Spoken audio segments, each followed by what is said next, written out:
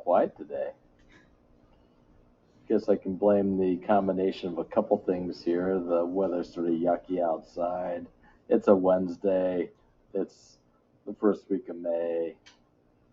Combination of all that put together. End of school year. We have one last topic to cover in this class, and we will call it a day after we finish this topic. So, feel a little tear coming to the eye. If you want some Kleenex, you can come dab them.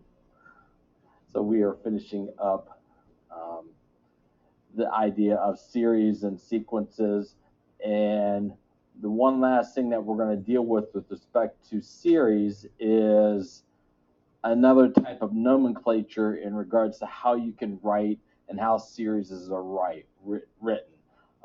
And we'll spend the rest of this week going through this.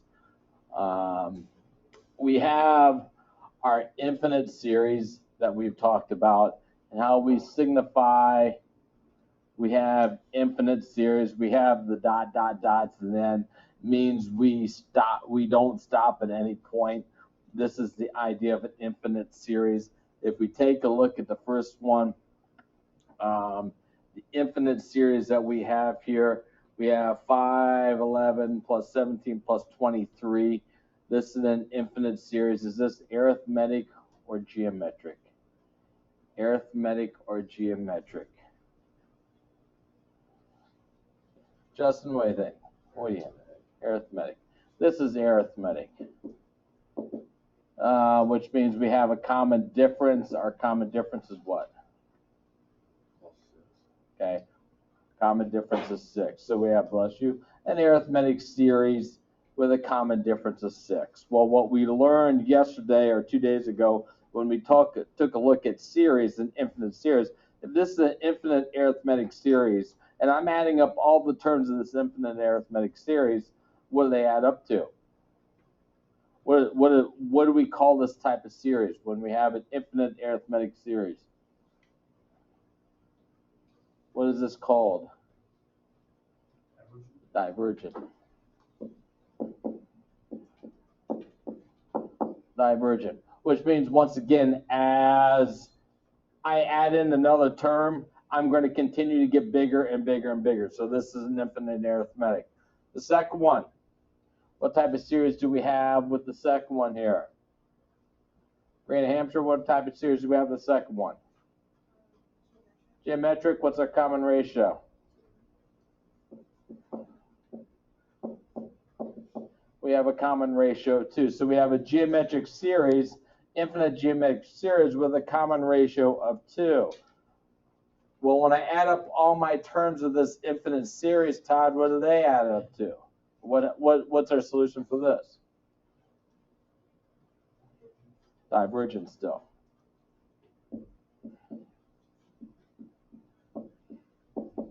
Because if I add another term, it's going to continue to get bigger and bigger and bigger as the terms go along. And the third one, do we have an arithmetic or geometric series in the third one, Sophia? Geometric, what's our common ratio?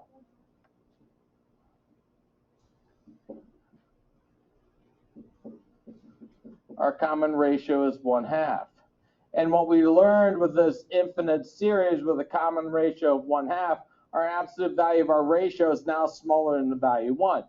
We can come down to a specific value. Okay, this converges on a value. We will never quite achieve it, but it will converge. It will converge, and the sum of the series will converge on what value? What would be a value that we come up with?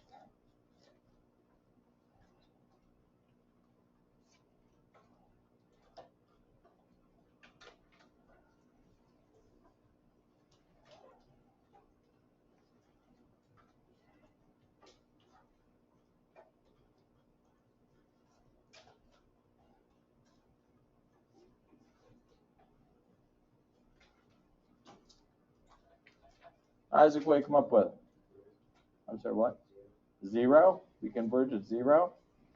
I'm adding all these terms up, which means I'm adding 96 plus 48 plus 24 plus 12 plus 6 plus 3 plus 1.5 plus 0.75 plus 3.375, which is going to add up to 0.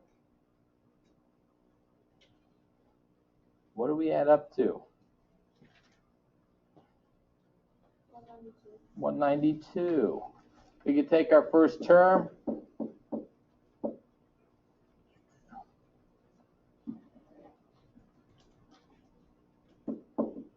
We could take our first term and divide it by 1 minus r, which is going to be 96 over 1 minus 1/2, which is 1/2. So we multiply by 2.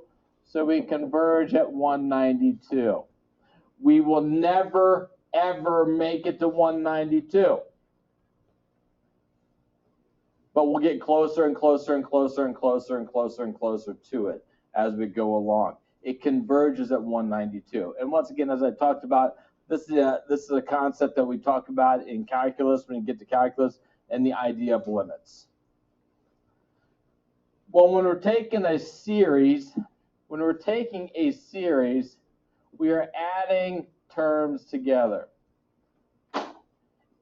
What we are going to work on is a different type of nomenclature, how we can write the idea of a series in what is called a sigma notation. Now, where else we use the idea of sigma was when you were in statistics.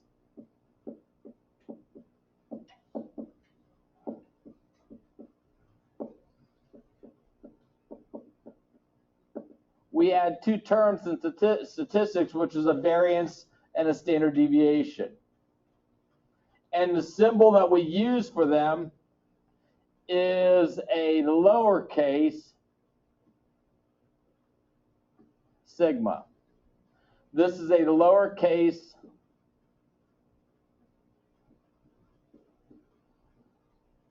sigma. In our Greek alphabet, which we don't use, we use the Roman alphabet. In the Greek alphabet, just like in the Roman alphabet, you have uppercase, lowercase symbols.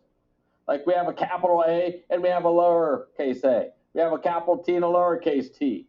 Well, in a Greek notation, you have a capital letter and also a lowercase letter. Well, variance and standard deviation, variance and standard deviation was lowercase sigma. It was lowercase sigma. When we get into calculus and pre-calculus, we can also use what is called an uppercase sigma. And when you see an uppercase sigma, and we talked about this a little bit in statistics, this means the summation of values. The sum of the terms.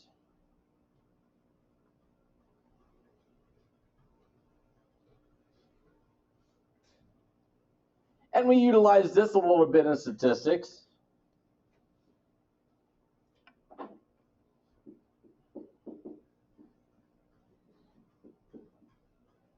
This mean of a value is the sum of all your x values divided by the total number of values.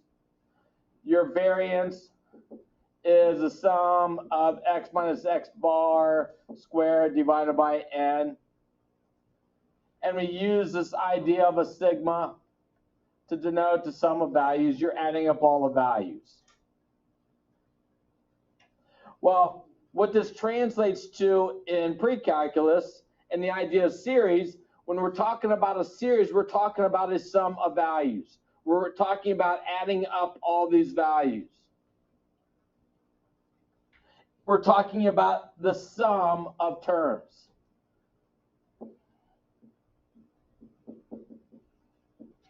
So you're talking about the addition of all these terms. So a series leads us into the idea of the sum of values. So what we're going to do is we're going to take these series and be able to denote them into a sigma notation. Or we're going to take a sigma notation and create a series.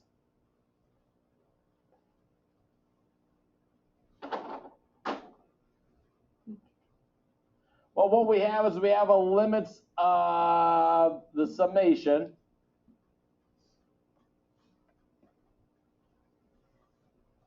The limits of a summation, which is the beginning number and the end number for the variable.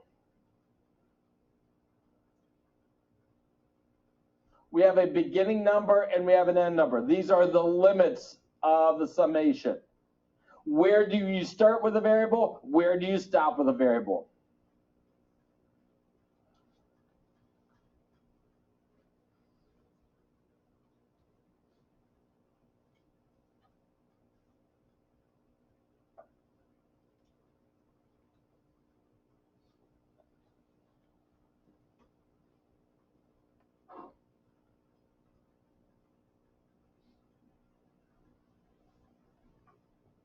So we have a sigma. We're going to come up with some formula. We're going to have some formula here.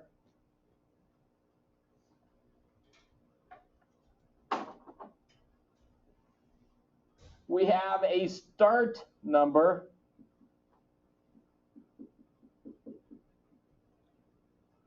For the variable.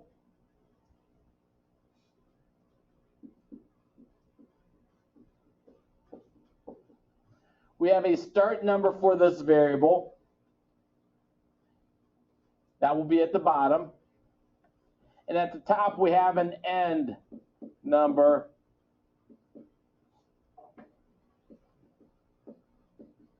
for this variable. These here are your limits. These limits, where do you start, where do you stop with your variable? And then you're going to have a formula that involves this variable. And when we have the sigma here, we're going to add up all the terms. We're adding all the terms. Because when we have the sigma in there, that means the sum of the values. Talk about summation. For example, we have the sigma n equals 1 to 10 of 3n. Here's our formula. Here's where we start. Here's where we end. Now to go from term to term, we start here.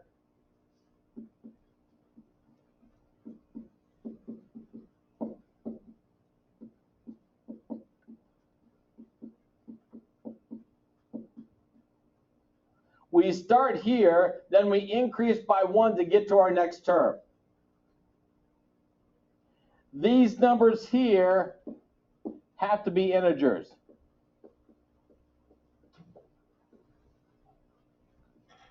They have to be our integers.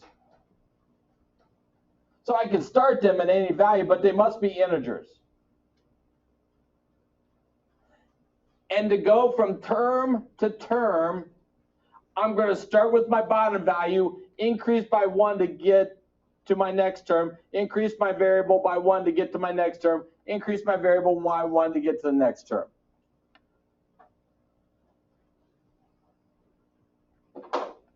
So if I take a look here, I have n equals 1 to n equals 10. I have a formula 3n, and I want to take the sum of these values. My start value is 1. So at n equals 1, we have 3 times 1. Then we have n is equal to 2. So we have 3 times the value 2. And what we will do with this is we will add these terms together. Then I'm going to increase my n value by 1. So we have n is equal to 3. So we're adding to this 3 times 3. Then we have n is equal to 4. So we're going to add to this 3 times 4. And we're going to continue to increase this by 1 until we get to our end value. This is our end value. This is our last value for n. So we're going to continue with this all the way up to n equals 10. And at n equals 10, we have 3 times 10 for our last term. Once we hit that top number, we stop. We don't go any further. So if we take a look at our series here, we have 3 plus 6 plus 9 plus 12 plus and so on, all the way up to a value of 30.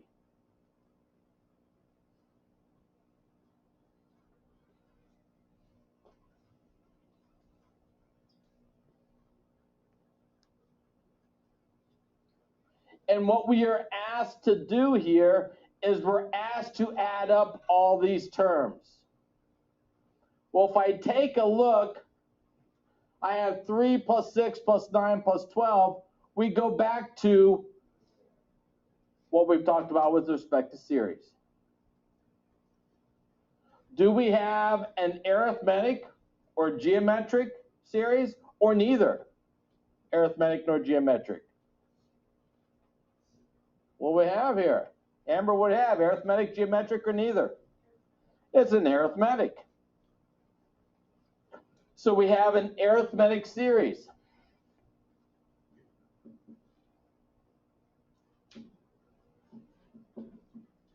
If this is an arithmetic, we have to have a common difference. That common difference is what, Amber? 3. We have 6 minus 3, 3, 9 minus 6, 3, 12 minus 9, the value of 3. So we have an arithmetic series, common difference of 3. And we're asked to add up all these terms. Well, it's not an infinite one. This is a finite one because we start and we stop. Okay, so we have a finite arithmetic series. How do I find the sum of a finite series? Well, now we go back to what we did last week. The sum of an arithmetic series. How do I find the sum of the arithmetic series?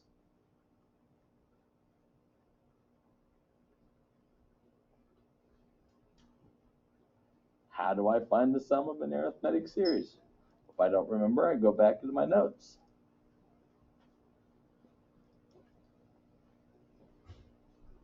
Once again, last week we talked about sequences first. We talked about sequences, and then we talked about series. How do I find the sum of an arithmetic series?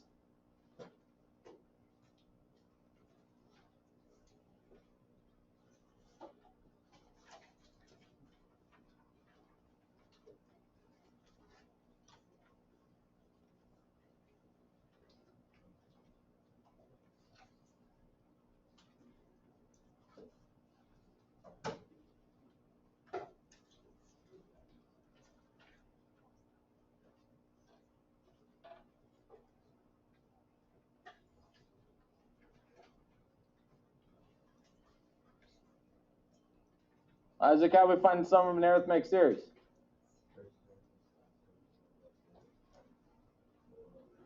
Okay.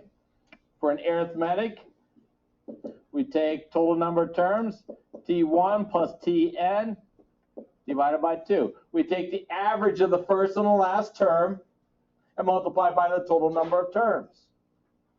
Well, the nice thing about sigma, dealing with sigma, I'm still probably going to write out my terms here, my first couple terms, to make sure I have an arithmetic or geometric so I can determine what it is. But really, all we need here is my first and my last term. How do I get my first term? Well, here's my start value. How do I get my last term? Here's my end value.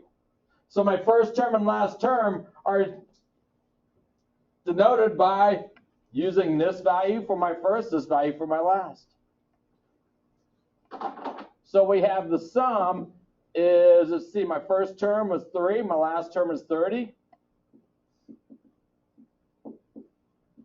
And then I have a total number of terms where I start at 1 and I go to 10. So if I start at 1 and go to 10, I have 10 terms. So I have 3 plus 30 divided by 2, and then multiplied by 10.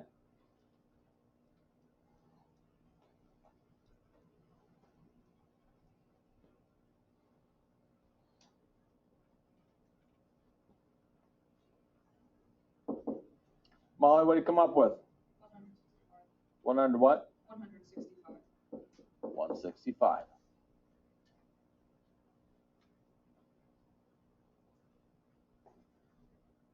Okay.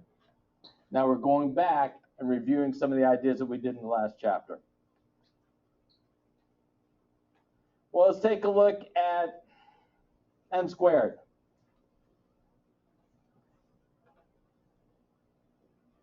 Well, my first terms, this is where I start. This is where I stop. So I start at 3 and I stop at 12. So we have 3 squared plus 4 squared plus 5 squared plus dot, dot, dot, all the way up to 12 squared.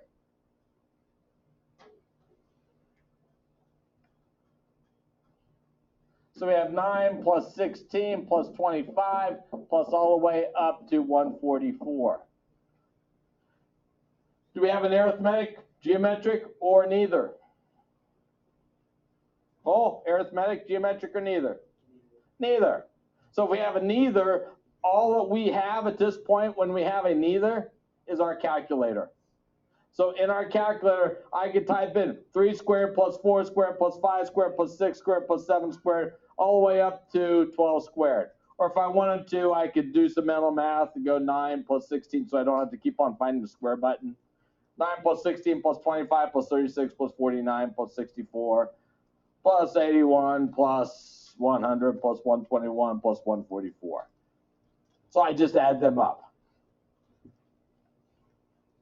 And once again, as I talked about before, if you're sitting on a college entrance exam or you're sitting on an ACT question and they have that there, even if it's arithmetic and geometric and I have a small number of terms, I'm not going to sit there and try to regurgitate a formula that I learned in pre-calc class.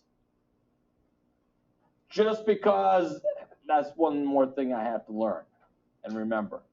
So if I have a small number of terms, what they're testing you on here basically is, do you know what that means? If they give you this question, they just want to test, do you know what that means? Have you been exposed to this? If I know what that means, that gives you a next level of ACT question. Okay, gives you that next level where it's just not solving an equation. This here is, I now need to know a different nomenclature. So if we add these up, Quentin, what do they add up to? 645. All right, let's continue on.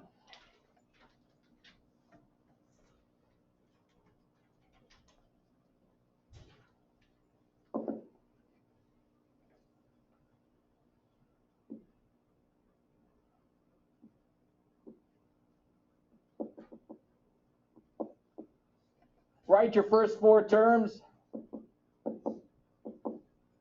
Write your last term.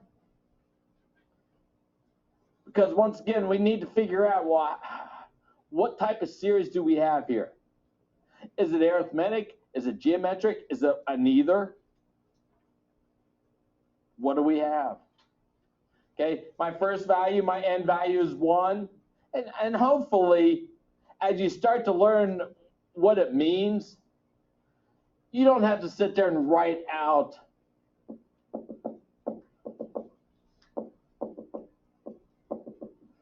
two times 1 plus 1, 2 times 2 plus 1, 2 times 3 plus 1. Hopefully you can do a little mental math there.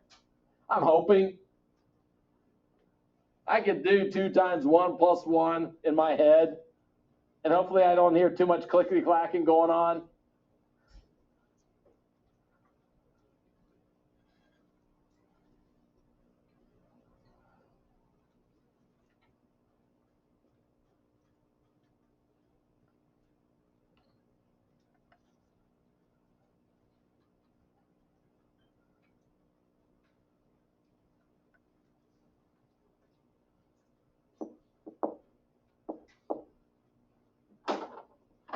Mason, what's our first terms? 5, 7, 9, and my last term? Writing out your first few terms and getting your last term there, you should be able to then determine, do I have arithmetic, geometric, or neither? Carly, what do we have here? Arithmetic. Arithmetic common difference of what? Arithmetic common difference of 2. So now I go back to, okay, how do I find the series for an arithmetic? Need to know my first term, need to know my last term. Okay, I need to divide them by 2 and multiply by the total number of terms. Well, if I start at 1 and I go to 21, it tells me how many terms I have.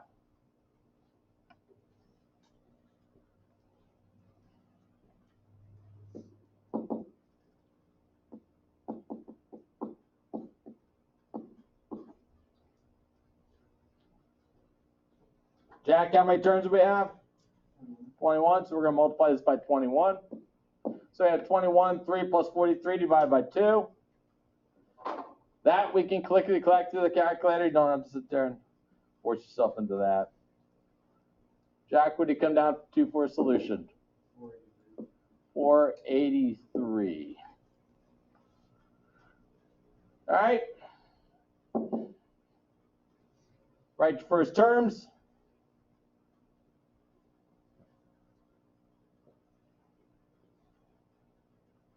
Write your last term. Arithmetic, geometric, neither. And then find your sum.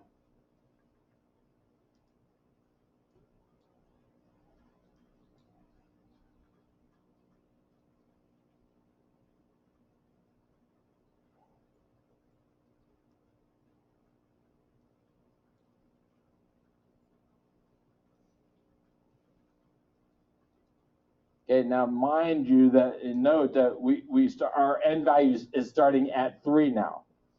Okay, my start value for n is 3, and I'm ending at 55.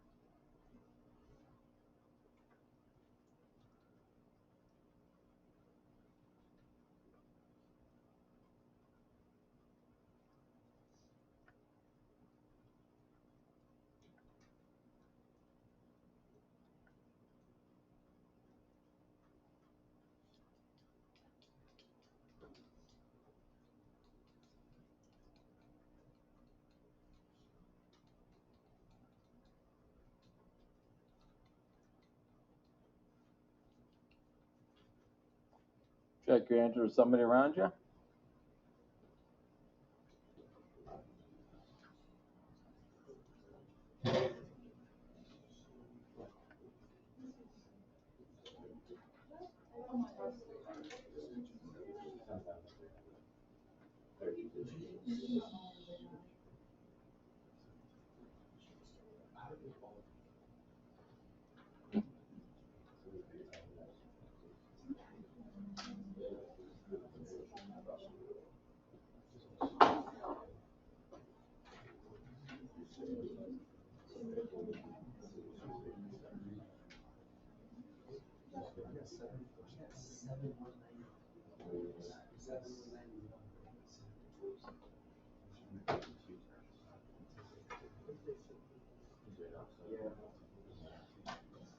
Okay, Owen, what do you have for the first 4 terms? 11. And the last term? All right, arithmetic or geometric, Courtney? Common difference of what?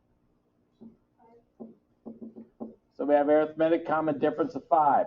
So we have to take the average of the first and last term.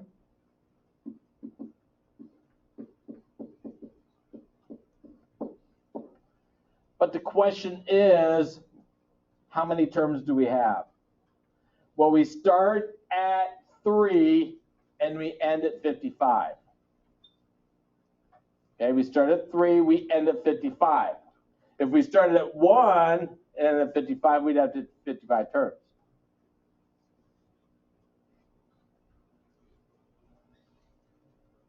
How many terms do we have here? 53. 53 terms? How'd you get 53?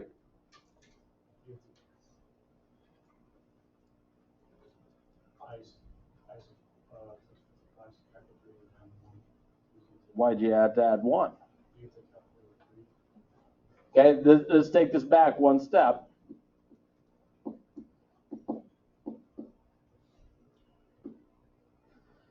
What if we had n equals 4 to 7? Now, what a lot of you did when you did this is you said we had 52 terms. And you put the number here, 52. Why? Because we started at 3 and we ended at 55. So you said we had 52 terms.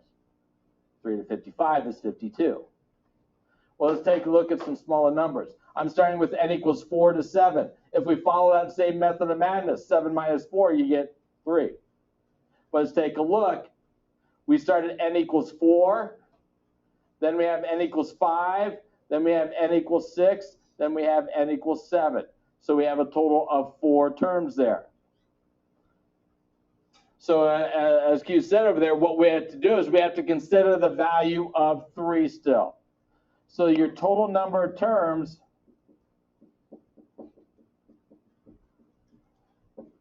is equal to top minus bottom plus 1.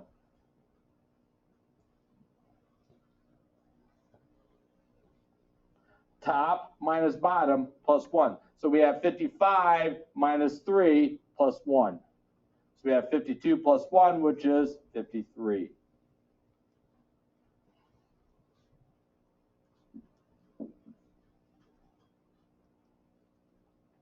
That's why some of you use the value of 55 there. Some of you use the value of 52 there. Some of you use the value of 53. That's why we were all getting different values and different numbers there. So you have 11 plus 271 divided by 2, multiply it by 53.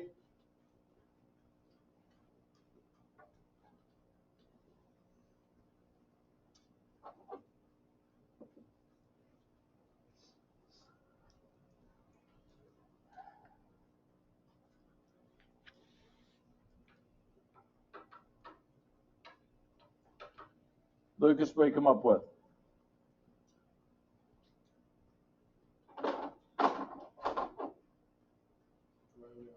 Hmm? 7,000 what? 7755? Yes, no, maybe so. 7,473. Yes, no, maybe so.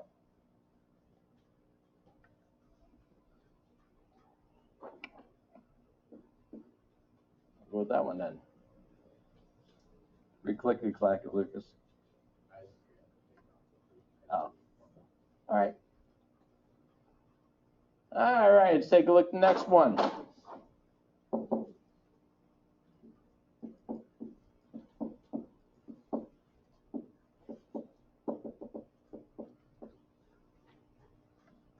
Now the next one, we have 3 times 2 to the n.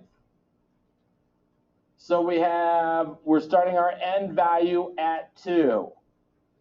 So we have 3 times 2 squared. Then we increase by 1 to get to my next term. 3 times 2 cubed. Then I increase by 1 to get to my next term. 3 times 2 to the 4th. 3 times 2 to the 5th. And we end this at 3 times 2 to the 11th.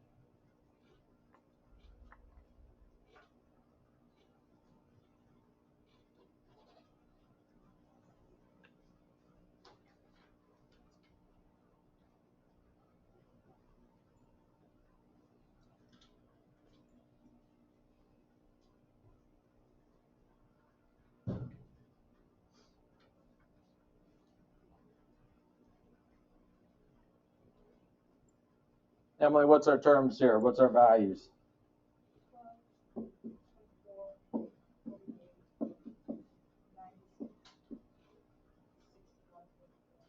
61 what? Yep.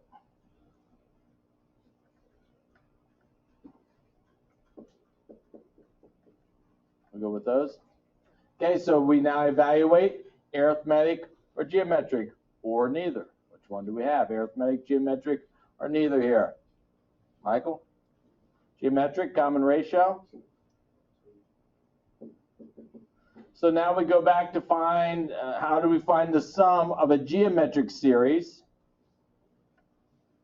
And a finite geometric series, now this is not infinite, okay, because I start and I stop. So we have to know the difference. If I had infinity up here, this would be an infinite geometric series.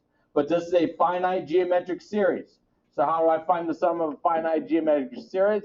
Take my first term, 1 minus r to the nth, over 1 minus r. Well, my ratio value is 2. My n value, how many terms do I have?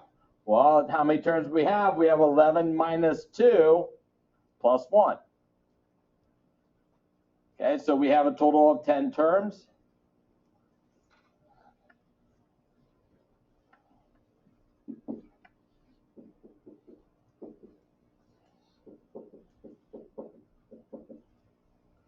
So we have T1, which is 12. 1 minus 2 to the 10th power over 1 minus 2.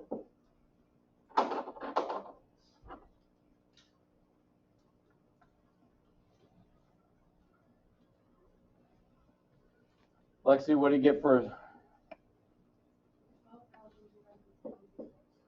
12,200 what? 76. Good with that. So once again, we're going back and looking at ideas that we did a couple weeks ago with respect to series, but now we're applying them to sigma.